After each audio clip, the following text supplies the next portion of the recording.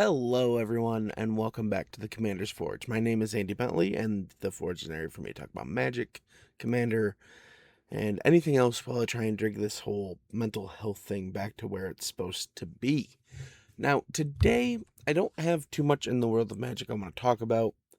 I do, however, want to talk about a deck that I'm building and a deck that I finished building at least the first version of. So, first, I'm going to start with my deck that I'm working on because I had a stupid idea. So I realized I had a second Aragorn the Unifier, which is the 4 color minus black 5/5 human noble. That says whenever you cast a white spell, you make a 1/1 human soldier. Whenever you cast a blue spell, scry 2. Whenever you cast a red spell, it deals 3 damage to target opponent. Whenever you cast a green spell, target creature gets +4/+4 till end of turn. And I was going through stuff, and I already have one Aragorn the Unifier built that is built around charms, like all of the different charms you can get. Uh, and so I didn't necessarily want to do that, but as I was going through stuff, I was like, oh, there's just a metric ton of legendary humans and things that care about like legendaries. And so that's kind of the way I went. So like when I was going through stuff, I found a Mirror of Galadriel, which is a 2-mana legendary artifact. You can pay 5 and tap it to scry 1, then draw a card, but the ability costs us to activate for each legendary creature you control. Well, if every creature card in your deck is legendary, you're guaranteed to have 2 to 4 at a time, right? Next to that, we had like Hero's Podium, which is a 5-mana legendary artifact that says each legendary creature you control gets +1/+1 for each other legendary creature you control. And then you can pay X and tap it to look at the top X cards of your library. You may reveal a legendary card from a creature card from among them, put it into your hand, put the rest on the bottom of your library in a random order. So it can also help refill our hand. We've got things like Day of Destiny, which is 3 and a white for a legendary enchantment. Legendary creatures you control get +2/+2. And then I've just got like a metric ton of legendary creatures that I kind of have broken down by like color because you want to make sure you have lots of colors. And I only have, I think, 3 monocolored legendaries in here, and then I have a couple of ramp spells that are mono green, but for the most part everything else is multicolored in one way or another. So yeah, the 3 I have that are not multicolored are Eomer, Marshal of Rohan, 2 red for a 4/4 human knight with haste. Whenever one or more attacking legendary creatures you control die, untap all creatures you control after this phase. There's an initial combat phase. This ability triggers only once per turn. We have Erkenbrand, Lord of Westfall, which is 3 in a red for a 3/3 human soldier.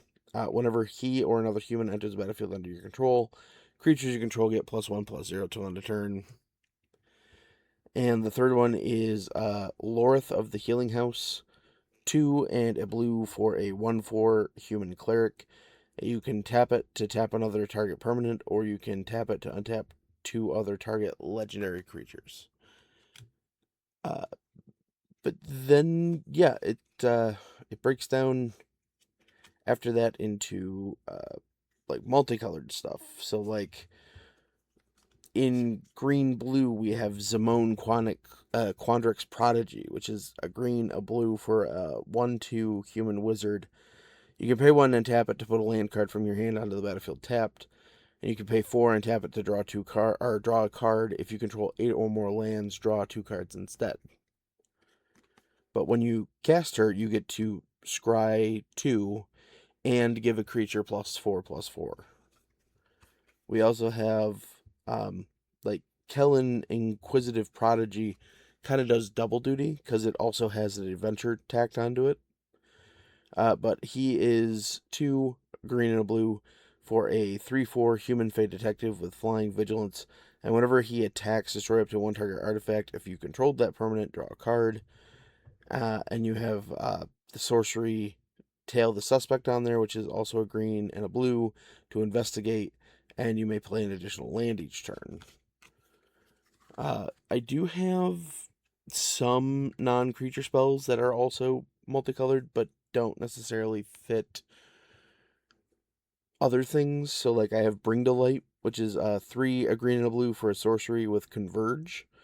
To search your library for a creature, instant, or sorcery card with a converted mana cost less than or equal to the number of colors of mana spent to cast Bring to Light. Exile that card, then shuffle your library. You may cast the card without paying its mana cost. So, I will only ever be able to get like a 4-drop, but I don't think there's a ton of 5 or above in here. Just offhand, uh, I do have a couple of Bant creatures in the like Shauna Purifying Blade is green, a white, and a blue for a 3/3 human warrior with lifelink. At the beginning of your end step, you can pay X if you do draw X cards, but X can't be greater than the amount of life you've gained this turn. So if you have her out and you buff her with Aragorn from casting a green spell, you just get to draw more cards at the end. See, like in green white, we have Sarah Farron, which is 1, a green and a white for a 2/2 human citizen. The first legendary creature spell you cast each turn costs 2 less to cast. At the beginning of combat on your turn, if you control 2 or more other legendary creatures, you transform her into the crystallized Sarah, so she becomes a legendary artifact. Still has the first legendary creature spell you cast each turn costs 2 less, and legendary creatures you control get +2/+2. Let's see here. What else? Yeah, for our green spells, we have a Farseek, a Rampant Growth, and a Cultivate. Not much to talk about there. In red-green, we've got, well, a few things. But I want to talk about Hajar, Loyal Bodyguard. Red and green for a 3/3 human soldier. Sacrifice it, legendary creatures you control get +1/+0 and gain indestructible till end of turn. After that, we get into a couple of Naya, that's the word I'm looking for, creatures, and I have both Gyrids in here, but I'm going to talk about Mirror of the Wilds. So it's Naya, red, green, white for a 3/3 human shaman with haste, and it says non-token creatures you control have tap. You may create a token that's a copy of target token you control that entered the battlefield this turn. Then we've got, for Teamer, we have Surak Dragonclaw, which is 2, and Teamer, so green, blue, red, for a 6/6 human warrior with flash. This spell can't be countered. Other creature spells you control can't be countered. Other creatures you control have trample. And then for Boros, I'm just going to touch on Jaru and Hazret, which is 2, red, and a white for a 5/4 human god. As long as you have 1 or fewer cards in hand, they have vigilance and haste. And whenever it attacks, look at the top 6 cards of your library. You may exile a legendary creature card from among them, put the rest on the bottom of your library in a random order. Until end of turn, you may cast the exiled card without paying its mana cost. Let's also talk about Arbaz Mir, which is red and white for a 2/2 human assassin. Whenever it or another non-token historic permanent enters the battlefield under your control, it deals 1 damage to each opponent, and you gain 1 life. The only I keep wanting to say Simic, but that's not Simic, that's Izzet. The only Izzet spell I have is Sean, Father of Synths, which is 3, a blue and a red for a 3/4 human scientist. Whenever you attack, you may create a tapped and attacking token that's a copy of target attacking legendary creature you control other than Sean, except it's not legendary and it's a synth artifact creature in addition to its other types. When he leaves the battlefield, exile all synth tokens you control. Looking into white, we have Niambi, Esteemed Speaker, which is a white and a blue for a 2/1 human cleric with flash. When she enters the battlefield, you can return another target creature you control to its owner's hand. If you do, you gain life equal to that card's converted mana cost. and you can pay 1, a white and a blue, and tap it to discard a legendary card to draw 2 cards. Yeah, that's kind of where I am right now. I would like to take a quick break here, and when I come back, I'm going to talk about the deck that I put together.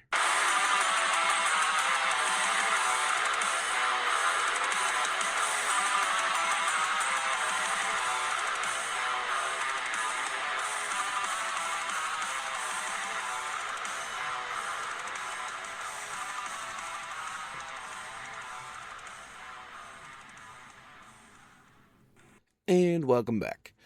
Now, as you know, I don't do full exhaustive deck reviews of what I've built. I just kind of give you like a nice little snapshot. And in the spirit of that, let's talk about Nick Fury, Agent of S.H.I.E.L.D. So, it's a single white mana for a 2/1 human spy hero, and it has power up for Wooburg. Put 2 +1/+1 counters on Nick Fury, then look at the top 7 cards of your library. You can put a hero, equipment, or vehicle card from among them onto the battlefield. If it's a double-faced card, you may transform it. Put the rest on the bottom of your library in a random order. So this is a 5-color deck disguised behind a single white mana spell, because I thought we were done doing that, but whatever. One of the things I knew I didn't want to do when I started building this was I did not want to build another 5-color mana base. And by that, I mean shocks, fetches, triomes. Like, I've already done that a couple of times, and I don't need to spend that much money again. If I ever want to, I can just swap those around if I need to. But for this one, they recently finished the cycle of Battlelands. I know, I hate that name too. But that's like the Prairie Stream, Sunken Hollow, Smoldering Marsh, Canopy Vista, Cinderglade. I think those are the 5 originals. And so Moldering Marsh is black-red, Sunken Hollow is blue-black, Prairie Stream is white-blue, Canopy Vista is green-white, and Cinderglade is red-green, and they all enter tapped unless you control 2 or more basics. So now to that, we also have Vernal Fen, which makes black and green, Scorching Geyser, which makes blue and red, Radiant Summit, which makes red and white, Sodden Verdure, which makes green and blue, and a Shattered Sanctum, which makes black and white. So I thought that would be a fun little thing to do, and so the deck is that, and a handful of lands that can like pull basics out, and then the rest is just basics based on the color split of the deck. But yeah, so moving into the deck itself, I made an executive decision with this, that this is going to be my my Infinity deck, because let's face it, they're gonna finish the cycle. So to start off, we do have the Soul Stone, which is 1 and a black for an Infinity Stone. It's indestructible. It taps for black, and then for 6 and a black and tapping it, exile a creature you control, and you can harness the Soul Stone. And then once it's harnessed at the beginning of your upkeep, return target creature card from your graveyard to the battlefield. This works out with Nick, because if we have a way to get Nick into our graveyard, or we can use him to exile and he goes back into the command zone so that we can replay him and reuse his ability. But speaking of reusing his ability, we have the Mind Stone. 1 and a white for an Infinity Stone with indestructible. It taps for white. And for 5 and a white, and tap it, you can harness the Mind Stone. And once it's harnessed, at the beginning of your end step, exile up to 1 target non-land permanent you control, then return that card to the battlefield under its owner's control. So again, it's just a way for us to try and activate Nick multiple times. And in that uh, line of thought, we also have Conjurer's Closet, which is a 5-mana artifact. At the beginning of your end step, you can exile a creature you control, then return the card to the battlefield under your control. And we have Helm of the Host, which is a 4-mana equipment that says at the beginning of your combat on your turn, create a token that's a copy of an equipped creature, except the token isn't legendary. If the equipped creature is legendary, the token gains haste and it equips for 5. So if we can put it on Nick Fury and we make a second Nick Fury that has not powered up yet, we can power him up and then go to town. Now his thing did specify that if they can transform, that you transform them when you bring them in with his ability. And I have a few, but I just want to talk about 2 quickly. First, we have King T'Challa, which is 1, a white, and a blue, for a 3/2 human noble hero with flash. And whenever a player draws their second card each turn, you draw a card. You can pay 4, a white, and a blue to transform King T'Challa, activate only as a sorcery. And he becomes Black Panther Hope Enduring, which has a mana value of 4, white, blue. For a 3/3 human warrior hero with flash, double strike, prevent all damage that would be dealt to Black Panther, and whenever it deals combat damage to a player, draw a card. After him, we have Bruce Banner. Single blue for a 1/1 human scientist hero. You can pay XX and tap to draw X cards, activate only as a sorcery, and you can pay 2 red, red, green, green to transform Bruce Banner, activate only as a sorcery, and he becomes the Incredible Hulk, which again has the mana cost of 2 red, red, green, green. He is an 8/8 Gamma Berserker hero with Reach and Trample and Enrage. Whenever the Hulk is dealt damage, put a +1/+1 counter on him. If he's attacking, untap him. There's an additional combat phase after this phase. Now, yeah, he only untaps himself, but still pretty powerful. Getting into just like one-off stuff that's in the deck, because, we're packing it with heroes. So first up, we have the Doom variant, which is a variant roaming throne. So 4 mana for a 4/4 golem with ward 2. When it enters, choose a creature type. This creature is the chosen type in addition to its other types. If a triggered ability of another creature you control of the chosen type triggers, it triggers an additional time. And then after that, I'm just going to go through a pile of creatures, starting with Director Nick Fury, which is Jeskai, so blue, red, white, for a 2/4 human spy hero. Hero spells you cast cost 1 less to cast, and whenever you attack, look at the top 4 cards of your library. You may reveal a hero card from among them, put that card into your hand, put the rest on the bottom of your library in a random order. Next up, we have the Human Torch, Johnny Storm, 2 in a red for a 2/2 human hero with flying. Whenever you draw a card, if you control another hero, it deals 1 damage to target opponent, and he has power up 4/6 in red to put 3 +1/+1 counters on him. Next up, we have Storm Windrider, 1 green, white, white for a 4/4 mutant hero with flying. Creatures with flying can't attack you or block creatures you control, and whenever you cast a spell that targets 1 or more creatures, those creatures gain flying till end of turn. After that, we have Viv Vision, Teen Synthezoid, 3 mana 2/2 robot hero with flying. Whenever she attacks, draw a card if her power is 4 or greater, and she has power up for 7 to put 2 +1/+1 counters on her. Next up, we have Quicksilver, Brash Blur, 1 red, and I mean single red, for a 1/1 mutant hero. If he is in your opening hand, you may begin the game with him on the battlefield, which I just think is freaking hilarious. But he has haste, and he has power up for 4 in a red. Put a +1/+1 counter and a double strike counter on him. After that, we have the War Machine, Legacy of Iron, 2 and a hybrid Boros for a 1/3 human hero with flying.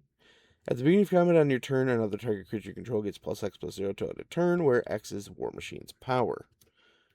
After him, we have Daredevil, Man Without Fear, 2 a red and a white for a 3/4 human hero with vigilance and haste. You may look at the top card of your library any time, and whenever you attack, you may exile the top card of your library. If that card is a hero card, Daredevil gets +2/+1 till end of turn. You may play the card this turn.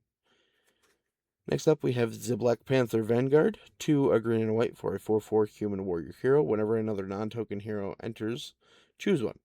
Create a 1/1 white soldier creature token, or creatures you control get +1/+1 till end of turn. After that, we have Thor, Asgard's Avenger, 2 red for a 4/4 god warrior hero with flying, and if another source you control would deal damage to an opponent, or a permanent opponent controls, it deals that much damage +1 instead. After that, we have the Astonishing Ant-Man, a green and a blue for a 1/1 human scientist hero. Whenever you draw a card, you put a counter on him, and you can pay 2 and a green and tap him to remove any number of counters to create that many 1/1 green insect creature tokens. Whittling down to the end here, next up we have Captain America Wings of Freedom. 3 and a white for a 3/1 human soldier hero with flying, first strike ward 1. Whenever he attacks each other hero you control gets +X/+X on the turn, where X is his toughness. And what is arguably one of the best support cards in the deck, Agent Phil Coulson. 1 and a white for a 2/2 human spy hero with vigilance, and tap, put a +1/+1 counter on each other hero you control. Now, this last card I want to talk about reminded me that there are other heroes out there, and so I might have a second version of the deck that includes more of them. Agent Venom is 2 and a black for a 2/3 symbiote soldier hero with flash, menace, and whenever another non-token creature you control dies, you draw a card and lose 1 life. But it reminded me that Spider-Man has a ton of heroes and villains. And so I was looking through and I was like, oh, and they have a bunch of them that flip. So I've got plans for a possible version 2 deck that I just don't have quite ready yet. But I think that's where I'm going to call it. And so I will see you next time. Bye-bye. Thank you for listening. All of my links can be found in my link tree in the description below. I would like to thank Ian Foss and Cody Mulvey of the band The Crypt for allowing me to use music for my opening and ending, along with Nate and Erica Jacobs for making my original logo. And I would also like to thank Christina McNichol for creating my new logo. And I'll see you next time.